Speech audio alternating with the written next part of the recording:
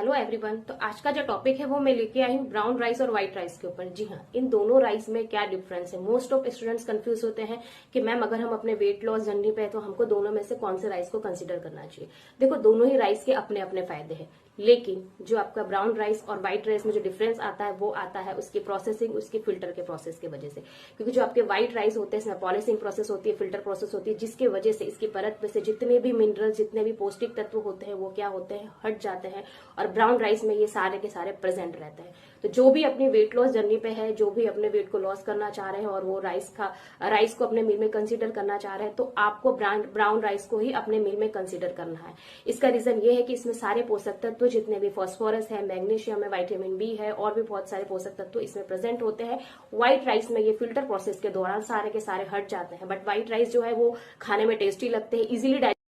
और सेकेंड जो main reason है ब्राउन राइस कंसीडर करने का वो है कि जो ब्राउन राइस की जीआई होती है वो कंपेयर टू व्हाइट राइस के कम होती है। जी हाँ, जीआई का मतलब होता है कि जब आप ब्राउन राइस को लेते हैं तो आपको लंबे टाइम तक आपका पेट भरा हुआ आप महसूस करते हो, आपको भूख नहीं लगती है। बट जब व्हाइट राइस को आप खाते हो तो आपको जल्दी से भूख लगने लगती है। इसका रीजन है कि जो ब्राउन राइस की जीआई कम होती है, जिसकी वजह से ये क्या करते हैं, आपके ब्लड में जो शुगर लेवल को ये धीरे धीरे इंक्रीज करते हैं। बट व्हाइट राइस जो होते हैं आप खाते हो तो ये आपके ब्लड में शुगर को एकदम से रिलीज कर देते हैं।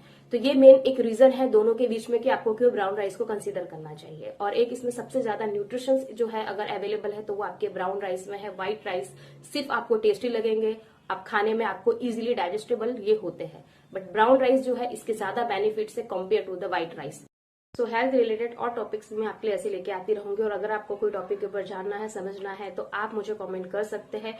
इसी तरीके से मेरे चैनल पर बने रहे। Please like, share and subscribe my channel. Thank you.